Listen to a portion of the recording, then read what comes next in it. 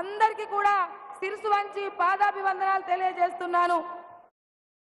ఈరోజు ఒక త్యాగాల కుటుంబం నుంచి, ఇందిరమ్మ కుటుంబం ఒక త్యాగాల కుటుంబం నుండి విచ్చేసినటువంటి మన రాహుల్ గాంధీ గారిని ప్రధానమంత్రి చేయడానికి మనమందరం కూడా ఆదిలాబాద్ పార్లమెంట్ నుంచి చేతి గుర్తుకు ఓటేసి ఆదిలాబాద్ పార్లమెంటు నియోజకవర్గం నుంచి ఆత్రం సూకునక్కని గెలిపించి మరి ప్రశ్నించే గొంతుకగా పార్లమెంటుకు పంపిస్తారనేసి మీకు చేతులెత్తి నమస్కరిస్తున్నాను.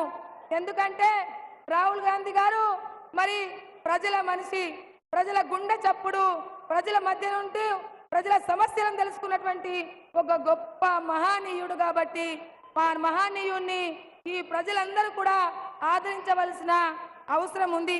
ఒక పేదింటి బిడ్డను మన సోనియమ్మ గారు, మరి రాహుల్ గాంధీ గారు, మరి మన గౌరవనీయులు ముఖ్యమంత్రి గారు వీళ్ళందరూ కూడా ఒక పేదింటి బిడ్డకు, ఒక ఇందిరమ్మ ఇంట్లో పుట్టినటువంటి బిడ్డను ఈరోజు గుర్తించి మరి ప్రజల మధ్యలో ఉంటది, ప్రజల సమస్యలను తెలుసుకుంటది అనేసి మరి ఈరోజు నన్ను గుర్తించడం జరిగింది.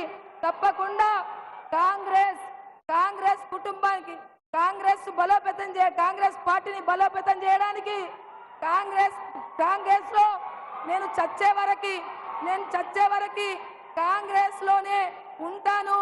కాంగ్రెస్ కుటుంబాన్ని బలోపేతం చేయడానికి తప్పకుండా నేను కష్టపడతాననేసి తెలియజేస్తూ, అదే విధంగా నన్ను ఆదరించి హక్కున చేర్చుకొని మరి ప్రశ్నించే గొంతుకగా నన్ను అందరూ కూడా పార్లమెంటుకు పంపిస్తారనేసి మీకు చేతులెత్తి నమస్కరిస్తున్నాను.